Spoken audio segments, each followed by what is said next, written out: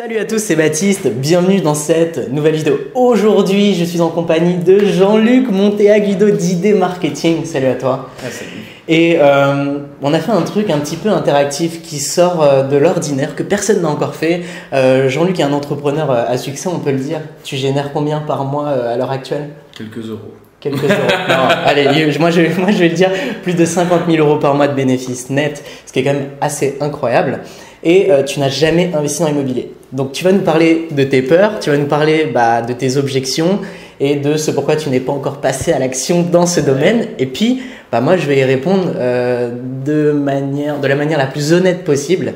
Et je pense que c'est plutôt pas mal comme concept puisque tu auras probablement les mêmes objections que la majorité des gens.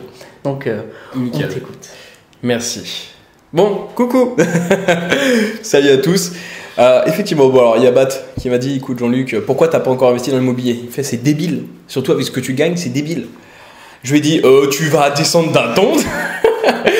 Et j'ai dit, en fait, c'est parce que pour moi, ça mérite d'être démystifié. C'est quelque chose que je comprends pas des masses. Je me suis jamais intéressé. Pourtant, c'est pour vous dire, j'ai un conseiller financier, etc. Il fait que de me le dire.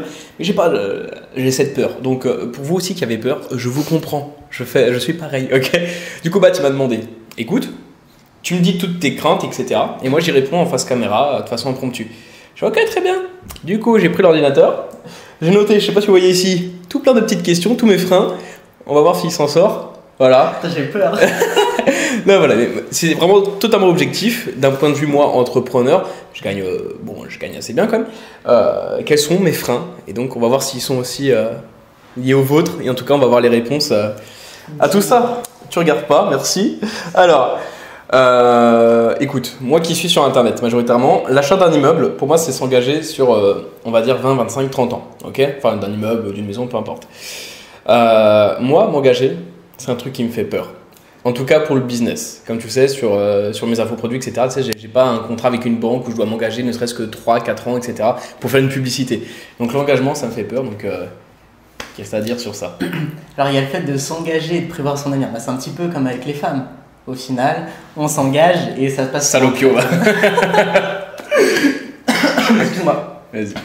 Non, pour être honnête avec toi, l'avantage de l'investissement immobilier, c'est de pouvoir justement se créer un matelas de sécurité, se créer des revenus qui vont tomber de manière sûre.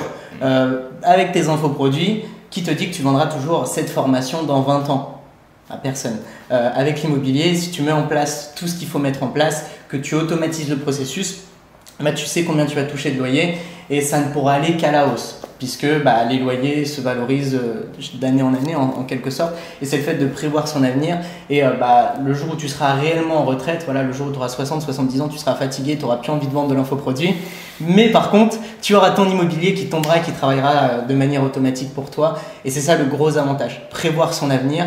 En tout cas dans ta situation, c'est pas d'atteindre l'indépendance financière puisque tu l'es déjà largement, mais c'est vraiment de t'assurer un revenu minimum en quelque sorte, en tout cas de couvrir ton besoin avec l'immobilier. Si tu te dis il me faut 5 000, 10 000 euros par mois pour vivre et ne pas avoir trop de contraintes, il faut que tu aies 5 10 000 euros de loyer qui tombent chaque mois. Et ensuite l'infoproduit, c'est du bonus et soit tu l'investis dans l'immobilier, soit tu l'investis dans une voiture.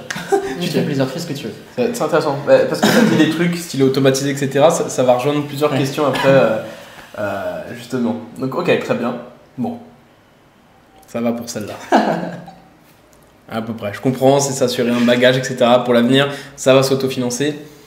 Ok, j'allais dire, mais j'ai auto-répondu à mon frein, j'allais dire en gros, ouais mais si mon entrepreneuriat ne marche plus, donc si vous êtes en contrat CDI, je sais pas si je suis viré, comment je vais faire? Mais je suis sûr que tu vas me dire que ça s'autofinance par les locataires, etc. Donc… Ça dépend de la stratégie. On pourra en parler après. Ça dépend parce que autofinancement dit crédit. Si tu génères c'est pour ça, on va y venir. On va y venir. Maintenant, donc ok. Bon, comme tu sais, je gagne bien, je suis très content de tout ça. Mais je gagne bien en tant qu'entrepreneur. Voilà. Alors certes, je suis salarié dans une seule de mes entreprises. Pour la sécu et tout quoi. Bon bref, mais donc là je suis salarié, mais j'ai pas de CDI à proprement parler, donc je reste quand même pour tout le monde un entrepreneur. Quand je vois déjà comme c'est galère, quand je déménage pour louer une maison, pour être locataire avec un statut d'entrepreneur, sachant que j'ai quand même un bilan qui est franchement très très très très bon, j'ai pas de soucis, etc. Mais je vois qu'il y a cette réticence en France. Je me dis comment je vais faire, tu vois, pour avoir un crédit en sachant que je suis entrepreneur, quand je vois ne serait-ce la galère juste pour être locataire d'une maison, quoi. Ouais, alors faut pas tout confondre. Le fait d'être locataire dans une maison et le fait d'acheter de l'immobilier, donc de prendre un crédit, c'est pas la même chose. Déjà, tu génères beaucoup de cash, donc tu peux éventuellement investir en cash, justement, soit faire un apport, soit investir la totalité, du coup avoir des biens corporels dans ton entreprise. Et ensuite dire, ah bon, bah vous pouvez me financer parce que j'ai tant de biens corporels. Ouais, mais j'enlève l'effet de levier, moi aussi. Bien sûr. Alors ça, c'est une stratégie qui est utilisable parce que la majorité des gens ont 800 000 euros sur le compte de leur entreprise, mais au final, il y a 800 000 euros de dettes qui arrivent, qu'ils n'ont pas à payer, qui paieront à la fin du mois. Ouais. En gros. Donc ça veut strictement rien dire. La deuxième stratégie, justement, c'est pas la stratégie en fait, c'est le fait de louer un appartement, c'est pas pareil que de prendre un crédit. Il faut être plus persévérant, bien entendu, quand tu es entrepreneur que quand tu es en CDI. C'est plus difficile. Par contre, tu vas pouvoir faire plusieurs banques et à partir du moment où tu as 1 an de bilan, tu trouveras. Si tu es quelqu'un de persévérant et que tu fais 10-20 banques. Après, tu peux faire des courtiers qui sont spécialisés. C'est vrai, parce que je vois bien, hein, je fais un parallèle. Mais c'est vrai qu'effectivement, pour être locataire, ils m'ont vraiment fait. Bon, je me permettrai pas de dire des gros mots, mais ils m'ont usé jusqu'à la moelle. Vraiment, avec une quantité de paperasse comme pas possible. Par contre, pour être proprio d'une belle voiture à 100 000 balles, là, même c'est un bilan moyen, enfin bon, voilà, entre guillemets, j'avais comme un bon bilan. Ils ont fait pas souci, que solution. Ils ont fait t'inquiète. Exactement. Donc ça, je pense qu'effectivement, quand c'est pour être propriétaire, je pense qu'effectivement, ils sont peut-être un peu plus souples. Je connais sans parler, mais. Bah, encore une fois, il faut passer à l'action. Je parle sans connaître. Mais après, tu as des courtiers aussi, des courtiers qui sont spécialisés dans le financement des entrepreneurs. Donc en fait, un courtier, c'est quelqu'un qui va t'aider à trouver un financement pour une situation particulière et qui a le bon contact par rapport à ta situation. Tu as des courtiers spécialisés dans les intermittents du spectacle, des courtiers spécialisés dans les auto-entrepreneurs, les entrepreneurs, et toi, tu vas te faire un courtier spécialisé dans les entrepreneurs. Donc ça, c'est plein de choses comme ça. Mais ils vont pas me prendre de fou Non, pas du tout. En fait, il va être commissionné sur le crédit que tu vas prendre à la banque en tant qu'apporteur d'affaires.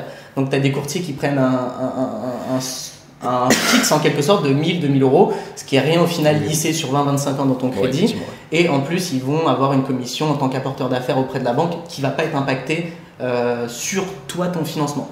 Donc aucun souci à ce niveau-là, il y a plein de solutions, tu vois, c'est vraiment pas un problème au final. Et après, c'est un cercle vertueux.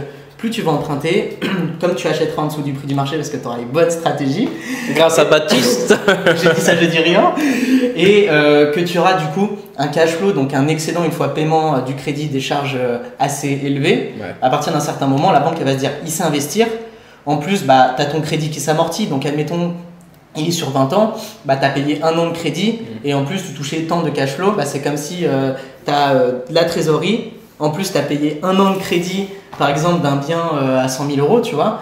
Donc, ça te fait tant d'amorti. Donc, c'est tant pour eux, bah, pas de trésorerie, mais de capital net. C'est plus du crédit. Okay. Donc, tu as ton capital net qui monte, tu as ta trésorerie. Du coup, je peux en emprunter plus la prochaine fois, en fait, si je comprends bien. Plus tu emprunteras en investissant bien, plus tu pourras emprunter après. Donc, c'est fou. Mais en fait, plus tu empruntes, plus tu pourras emprunter si tu as une bonne stratégie. Et encore en plus dans ta situation, qui est juste au final incroyable. Parce que tu génères quand même pas mal d'argent, donc ça peut être assez avantageux. Je l'adore, ce mec. Ok. Bon, il s'en est bien sorti pour l'instant, mais attendez les amis. Ça va. On va creuser. Ah bah là, je me suis pas fait chier. Oh, pardon. Je me suis pas embêté. J'ai mis peur des mauvais payeurs. J'ai même pas mis de question. J'ai mis j'ai peur des mauvais payeurs. Ouais, et ça, je te le dis parce que bon, dans ma famille, je suis le seul qui ne fait pas d'immobilier. Tu vois. Sinon, tout le monde est dans l'immobilier. Et je le sais parce qu'ils louent, ils ont eu des mauvais payeurs. Vas-y. Alors. Les mauvais payeurs, je pense que c'est la peur la plus présente avec le fait d'avoir un bien dégradé. Donc ça, c'est vraiment... Putain, le petit con là, il devance mes questions. L'autre, c'est j'ai peur aussi que mon bien se dégrade énormément et que la valeur des réparations dépasse la caution. Ah oui, d'accord. Ok, bah écoute, je vais répondre aux deux d'un seul coup. Ok, donc vous avez compris. J'ai peur que les locataires soient des mauvais payeurs ou sinon soient juste des méchantes personnes et qui dégradent tout et que j'en ai vraiment pour bien plus cher que la caution. Alors en fait, l'immobilier, il n'y a rien qui est laissé au hasard. Il y a beaucoup de personnes qui achètent de l'immobilier mais ils n'investissent pas dans l'immobilier rentable. Et en fait, la nuance, elle est là. C'est-à-dire que moi, quand j'achète un bien immobilier, bah, je fais déjà une étude de marché pour savoir s'il va se réussir à louer, à combien il va se louer, pour ensuite, avec cette valeur locative, calculer ma valeur d'achat et du coup me dire bah je fais pas de moins-value, je vais faire une plus-value, tout ça, tu vois. Donc ça c'est hyper intéressant. La deuxième chose c'est quoi? C'est de savoir si je vais avoir beaucoup de demandes. Quelqu'un qui a 3 demandes sur son bien, qui a un crédit à payer, qui a des charges à payer, bah il a 3 choix. Moi, sur chacun de mes biens, j'en ai plus de 50. J'ai plus de 50 demandes à chaque fois que je fais une annonce. Donc sur les plus de 50... Attends, comment ça se fait? Tu fais des belles photos? C'est quoi le secret? Un beau copyright? Non, pas du tout. C'est juste que j'ai un bon emplacement et que j'ai une bonne prestation. Cette prestation, elle répond aux besoins. Donc aux besoins, du coup, c'est quel est le type de personne que je souhaite cibler, quel est le type de location. Et en fait, tout ça, ça s'étudie par rapport à de l'analyse démographique, par rapport à de l'analyse de tout plein de choses. C'est hyper complet, hein. J'ai des heures et des heures, je pourrais te parler de tout ça.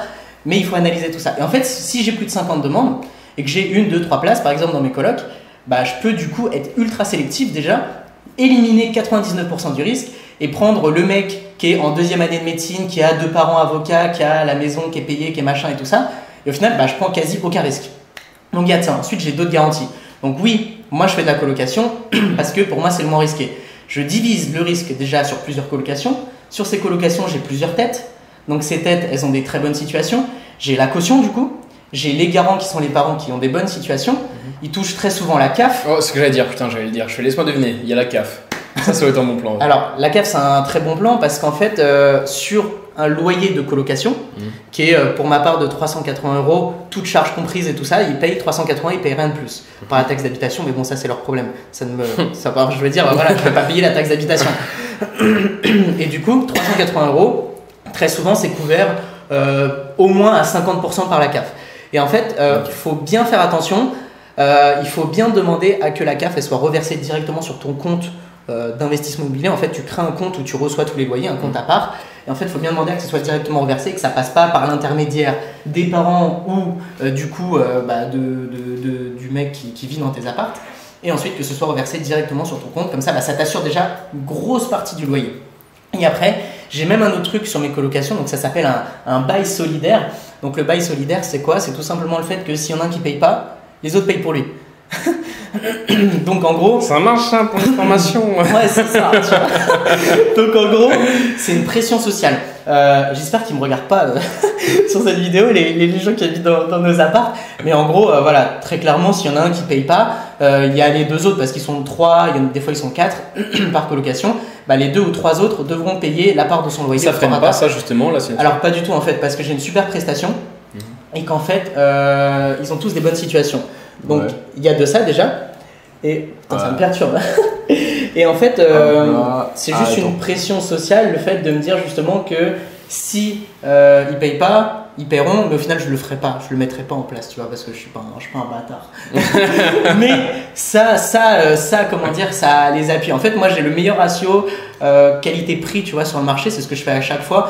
J'ai inventé un truc, en tout cas un terme, c'est la règle des 5%. Le fait d'être dans le top 5% des biens sur votre marché, donc votre type de location par rapport à votre client type ou autre, et d'avoir le meilleur ratio qualité-prix du coup. Et du coup, de fidéliser mes clients, d'attirer de très bons profils et au final, de pouvoir mettre toutes les clauses que je veux parce que j'ai une bonne prestation et que j'ai des bons prix. Et que s'ils sont pas contents, ils vont à côté, c'est soit 2 fois plus cher, soit 2 fois moins bien. Je fais un aparté. C'est fou, je sais pas si vous vous rendez compte, vous, à travers l'optique, la caméra. Mais quand je parle avec lui, j'ai l'impression de faire face à un mec de 40 ans, tu sais, qui m'apprend la vie. C'est écoute, petit bonhomme, écoute-moi bien, toi là. C'est ouf. C'est, merci, ça me fait plaisir. Ouais, tu restes comme un petit con. La prochaine. Alors, sur internet, je vous le cache pas, les amis, quand on a une réelle expertise, qu'on sait faire, l'argent est rapide. Je dis pas facile, je dis bien rapide. Ok, j'adore faire ça, c'est saoulant. Bref. Du coup, c'est ça cette question, j'ai hâte de savoir. Moi, j'ai l'habitude de l'argent rapide. Encore une fois, j'insiste pas facile, mais rapide, c'est-à-dire que je sais que quand je vais mettre 1 000 €, je m'attends à un retour sur investissement minimum de x3, donc j'attends à faire 3 000 € dans la semaine, ce genre de choses. Ensuite, quand on met des gros chiffres, ça peut aller bien au-delà, mais bon, il faut oser. Et là, je me dis, tu vois, je peux me faire quand même beaucoup de sous sans tout autant me déplacer, aller voir des biens, dépenser du coup du temps, tu vois, etc.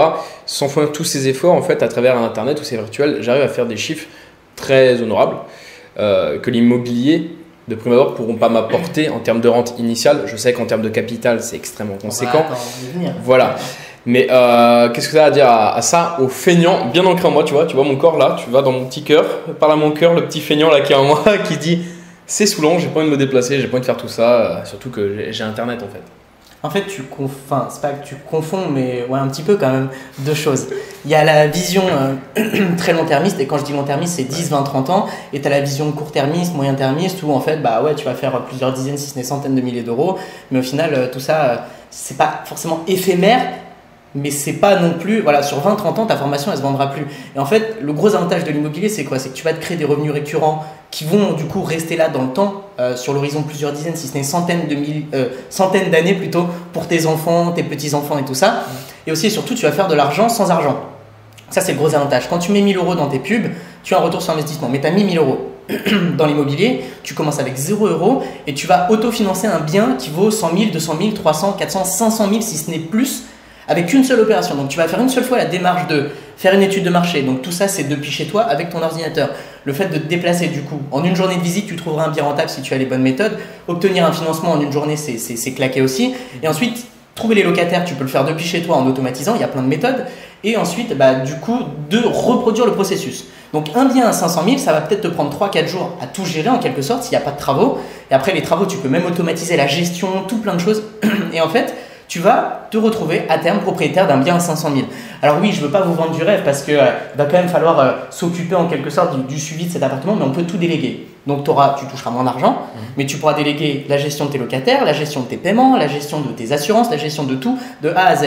Et en fait, en quelques jours, bah, tu vas te retrouver propriétaire d'un bien à 500 000 et à terme, tu seras propriétaire à 100%. Donc de 500 000 euros que tu peux revendre du coup et toucher 500 000 quoi. Et tu es propriétaire de 100, enfin, tu as 500 000 balles. Ouais, c'est des visions long terme et quand on est entrepreneur, on se doit d'avoir cette vision, donc c'est intéressant. Comme tu dis, sur Internet, tu n'es jamais sûr que ça continue à marcher, tu es obligé de te former en permanence. L'immobilier, c'est vrai que c'est ancré, c'est un bien physique en principe. Bon, mais je comprends cette même logique. si tu es sûr en fait, même si tu es sûr, tu dois quand même de te créer un patrimoine pour avoir des bases solides, parce que la pierre, il n'y a rien de plus... pour moi, il n'y a rien de plus sûr en fait Non, mais qu'un bien je conçois, non physique. je comprends. Tu feras gaffe, il y a tes fans, encore pour changer une femme, qui te contacte. Bref, alors, Ensuite, temps pour trouver des locataires, papa. Ah oui, bah, c'est un peu ce que je disais, c'est... En fait, tout à l'heure, tu fais que de me parler d'automatiser, etc. Voilà, l'automatisation, les copains, l'automatisation sur Internet, ça me connaît, ok? J'adore ça, c'est une passion. Et là, le mec, il me dit automatiser, déléguer, etc. Alors moi, j'ai l'habitude à faire ça avec des robots sur Internet. Mais alors là, comment tu veux déléguer et automatiser l'immobilier? Surtout à moindre coût. Parce que, bon, moi, je pars sur le principe que oui, j'ai un bon capital à moi. Mais si c'est quelqu'un voilà, qui est en CDI, qui n'a pas forcément des dizaines, des centaines, des millions, etc., comment faire, tu vois, pour déléguer, automatiser ça? C'est limite le truc qui m'intéresse le plus là. Alors en première partie, déjà pour quelqu'un qui a un CDI, qui gagne pas énormément d'argent et qui du coup se lance dans l'immobilier, je lui recommande de ne pas déléguer au début et de ne pas automatiser pour pouvoir se rendre compte de la réalité des problématiques qu'il va avoir en fait, et du coup bah, pouvoir gérer plus tard l'humain auquel il va déléguer, parce qu'il y aura toujours des problèmes. Oui, comme quand tu es entrepreneur. C'est comme tout. Je comprends cette démarche. Ça, c'est la première étape. Mettons-nous vraiment à ma place en tant qu'entrepreneur. À ta place, d'accord. Tu souhaites déléguer. En fait, tu peux déléguer avec plein de spécialistes. Moi, ma vision, c'est quoi? C'est de mieux déléguer pour mieux investir. En fait, il faut se concentrer sur ce sur quoi on maîtrise, donc l'achat de biens rentables, trouver des financements et reproduire l'opération. L'immobilier, c'est quoi? C'est faire une étude de marché, trouver des biens rentables, obtenir un financement, mettre des locataires, automatiser le processus et reproduire. Et en fait, notre plus-value, elle est là. C'est-à-dire qu'elle n'est pas à faire du checking, du check-out ou du ménage si on fait de la location courte durée ou autre, ce qui va nous coûter quelques dizaines d'euros. Et au final, on va toucher beaucoup plus d'argent comme ça. Donc il faut se concentrer sur l'essentiel et c'est ça qui est le plus important. Tu peux déléguer par plein de moyens et automatiser. Ne serait-ce que pour la location courte durée, tu peux automatiser le fait de tes réservations, tu peux automatiser ton checking, ton check-out avec différents boîtiers par exemple qui vont donner tes clés avec la génération d'un code automatique. Pour tes colocations, le fait pour trouver des locataires par exemple. Je mets une annonce qui est copier-coller au final dès que j'ai un locataire qui part et ensuite j'envoie directement, enfin je trie les profils depuis chez moi, ça me prend peut-être 10 minutes pour trier 20-30 profils, j'en ai un ou deux qui m'intéressent, les un ou deux je les redirige vers les locataires qui sont déjà dans mes colocations et je leur dis faites-le visiter. Ensuite ils leur font visiter. C'est ce que j'allais dire justement. Et ils s'occupent de tout. Je me doute qu'il y a quand même un turnover, tu vois, les gens ils restent pas 1000 ans dans un logement. Ouais. Mais ok, tu as bien répondu. Donc au final, oui, tu peux automatiser tout plein de choses et déléguer aussi surtout, ne serait-ce que pour la location courte durée à des agences spécialisées. Mais voilà, ça va te coûter de l'argent. Pour une agence par exemple de location saisonnière spécialisée, enfin location courte durée je préfère parce qu'on ne dépend pas d'une saisonnalité, c'est pas bon, et bien ça te coûtera en moyenne 20% du chiffre d'affaires brut. Donc c'est quand même assez élevé, et d'un autre côté on a des très grosses rentabilités, et le fait de claquer 20% de ton chiffre d'affaires brut, ça va te faire économiser de nombreuses heures, et ces nombreuses heures, au final tu vas pouvoir te dire je les utilise pour trouver un ou deux biens rentables en plus. Et au final ton excédent il va beaucoup plus vite que si tu essayes de faire des petites économies. C'est quand même plus avantageux à mon avis. Bon, j'allais dire la peur de l'inconnu, mais ça, je vais l'enlever parce que pour moi, la peur de l'inconnu, je pense que c'est en faisant qu'on apprend et il faut se former. Donc, encore une fois, j'aime le dire, l'important, c'est pas quand on veut, on peut, c'est quand on sait, on fait. Et donc, le savoir est la clé. Et donc, je réponds moi-même à cette question parce que, bon, en fin de compte, était un peu coconne. Je sais pas ce qui m'a pris. Je sais pas ce qui m'a pris. C'est pas grave, c'est l'innocence. Voilà, je suis humain, j'ai fait des erreurs. Bon, la toute dernière, c'est la peur de me faire arnaquer sur un bien ou qu'il y ait une moins-value au final. Encore la moins-value, bon, de toute façon, ça s'est autofinancé, et même si de 500 000 ça passe à 480 000 par exemple, bon, oui, t'es quand même content. Mais c'est vraiment cette peur de te faire arnaquer, parce que pareil, je parle, et puis c'est bon, on aura tout fini. Je parle vraiment, encore une fois, j'ai dit, dans ma famille, nous sommes tous dans l'immobilier, je suis le seul des frères et sœurs, bon j'ai des sœurs, mais je suis le seul à ne pas être propriétaire à l'heure où je vous parle, à tous là. Et je sais qu'à chaque fois, il y a eu une petite arnaque, il y a toujours eu une petite couille dans le potager. Il y a eu Anguille sous roche. Et je vais t'en dire plein des dictons comme ça, j'en ai plein de citations. Justement, j'étais en train de me dire, mais il va me le faire. Il va le faire une à une. C'est le mec, il l'arrête jamais. Mais voilà, c'est. La peur de te faire arnaquer. Ouais, vraiment, mais c'est vraiment présent. C'est si j'achète un truc et en fait j'apprends qu'il y a un dégât des eaux qui a été caché, ou qu'en fin de compte il y a un H&M tu vois, qui va se faire juste en face avec un énorme vis-à-vis au lieu qu'avant il y avait une vue sur la mer, ou j'en sais rien, mais tu vois des trucs à la con où tu te dis oh le con, tu vois. Oui, bon, tout ça déjà ça s'analyse, c'est-à-dire que tu as déjà des notaires qui sont là pour t'alerter de beaucoup de problèmes. Je vais te donner quelque chose qui m'est arrivé. Juste, je tiens à préciser, quand je vous dis que je suis un profane, néophyte, débutant, amateur, niveau 0, voire niveau moins 10, vraiment, dans l'immobilier, j'y connais quasi que dalle. On essaie de m'éduquer là-dessus, mais j'y connais rien. Donc peut-être que les questions pour certains peuvent paraître connes, surtout à mon échelle, vu que je gagne bien et que bon, sans parler d'optimisation fiscale, mais très souvent on nous recommande d'aller faire dividende, holding, ensuite investir, voilà, dans... Bon bref, je ne vais pas partir trop loin. Voilà, je tiens vraiment à le dire, j'ai un niveau pété en immobilier, donc c'est pour ça, si les questions paraissent un peu coconnes, c'est vraiment parce que mon niveau est 0, mais au moins ça remet les bases. Donc tu disais un truc qui t'est arrivé. J'allais faire un partage d'expérience. En fait, j'allais acheter un appartement il y a quelques mois. C'était une colocation, encore une fois, avec un cash flow qui était annoncé à quand même quasi 500 €. Donc c'était quand même quelque chose d'assez élevé. Un bien qui était de l'horizon 80 000 €, je crois, qui allait s'autofinancer. Donc c'était plutôt pas mal. À 300 mètres d'un bien que j'avais déjà. Donc j'étais quasi sûr de la faire. Et en fait, j'ai trouvé le financement. Donc il y a quasi 2-3 mois qui se sont passés, tout ça. J'arrive devant le notaire. Et en fait, il avait essayé de m'arnaquer en me cachant que la copropriété elle était vraiment endettée et qu'au final les charges de copro allaient très probablement doubler dans les mois à venir, quoi. Enfin, j'en étais quasi sûr. On va l'attraper. C'est quoi, on va l'attraper.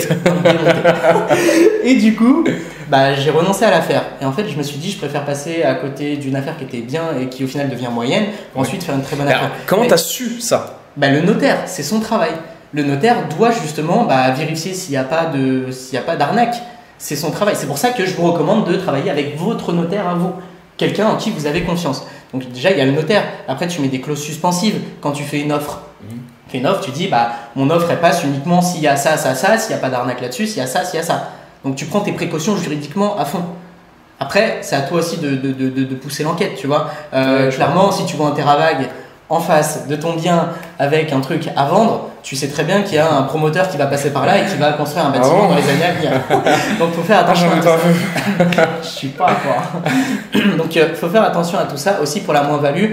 En fait, la moins-value, en fait, on analyse la démographie d'un quartier sur plusieurs dizaines d'années dans le passé. Et du coup, en fait, on a une base sûre, on voit s'il y a de la croissance ou non, on voit au niveau du nombre d'habitants, au niveau du revenu moyen, au niveau du client type, est-ce qu'il est présent ou non. Et en fait, tu as du coup, je sais pas comment dire, mais le contraste, tu vois comment ça se passe en fait, oui, et tu as une analyse globale, voilà, c'est ça, et tu te dis, ça va être rentable, ça va pas être rentable. Et après, tu connais ta valeur locative et du coup, tu en définis un prix d'achat. Et au final, on va jouer sur les nombres. Donc très souvent, on fait de la négociation sur pas mal de biens. on fait énormément d'offres et on achète un bien largement en dessous du prix du marché, donc souvent 20-30% en dessous du prix du marché, où on trouve le bon vendeur. Le bon vendeur, c'est quelqu'un qui a une situation où il doit vendre dans l'urgence. Ça peut être un divorce, ça peut être une situation d'endettement, ça peut être tout simplement un déménagement, ça peut être tout plein de choses comme ça. Et on va chercher cette personne qui a besoin de vendre rapidement et du coup, qui va nous le vendre moins cher. Donc au final, très peu de chances que ton bien se dévalue de 20 à 30%. Au pire des cas, s'il se dévalue, ça viendra, on dit break-even, donc je sais pas comment on dit, équilibrer le prix auquel tu l'as acheté. Mais toi, en fait, tu vas pouvoir vendre ton bien comme un business. Moi, c'est ce que j'ai. En fait, le prix du marché, sur une colocation que j'ai acheté 70 000 par exemple, est peut-être à 90 000. Sauf qu'en fait, quand je le vends en tant que business, quelque chose de rentable qui s'autofinance, en fait, c'est déjà quelque chose d'incroyable directement sur le marché comme ça. Je peux facilement le vendre 110 000 euros en fait. Donc ma plus-value qui passe de 70 à 90, donc du coup de 20 000, elle passe à 40 000 uniquement parce que je le revends en business. Et du coup, il n'y a plus cette valeur du marché de résidence principale, mais il y a cette valeur du marché de rendement. Donc je vends un investissement en fait. Je vends plus un bien, je vends un investissement. Donc peu importe la surface, tout ça, le quartier on s'en fout, c'est combien il va rapporter par rapport à combien ils vont investir. Et là, je peux t'assurer qu'il part dans les 3 jours. Donc, j'ai une plus-value qui est 2 fois supérieure à ce que je pourrais avoir en le vendant en tant que résidence principale parce que du coup, je le vends en tant que business. Donc, je prends un minimum de risque en fait. Enfin, il n'y a pas de risque. Bon, j'ai pas réussi à le piéger là maintenant. Il y aura une version 2 de tout ça. Vous allez voir. Avec grand plaisir. Parce que là, ça va bientôt faire 30 minutes. Je veux pas que ça dépasse les 30 minutes. Je m'arrêterai là. T'as de la chance pour l'instant, j'ai pas d'autres questions qui viennent, mais ça va venir. Non, plus sincèrement, bravo. Merci. Bravo jeune homme. Merci. Mais tu restes mon petit con. Écoute, en tout cas, ça m'a fait plaisir de mettre en place ce petit contexte, ce petit, je sais pas comment on peut appeler ça, mais c'est plutôt sympa. C'est hyper interactif, je trouve, et ça va répondre à la peur que beaucoup de personnes ont. Et on en discutait 5 minutes avant la vidéo et au final on l'a fait, c'est plutôt cool. Et on le refera, ok, on le refera. Et moi j'ai même envie qu'on mette en place une série Jean-Luc Montagno, investisseur immobilier, où je t'accompagne de A à Z et on filme tout. C'est chaud. On va le faire, on va faire ça, ça va être plutôt sympathique. T'inquiète, on va te faire investir en immobilier et préparer ton avenir, un avenir plus sûr. donc voilà. Je vous dis, on peut les laisser, je pense, sur cette magnifique phrase. Ça marche. Et c'est bon. On se dit à très vite pour une prochaine vidéo. Si ce n'est pas déjà fait, abonnez-vous à la chaîne YouTube, mettez un like pour nous soutenir. Et puis vous aurez la chaîne de Jean-Luc dans la description aussi, bien entendu. Sur ce, à très vite. Attends, est-ce que tu m'autorises de faire mon petit gimmick de fin? Allez, ciao ciao. Ciao ciao.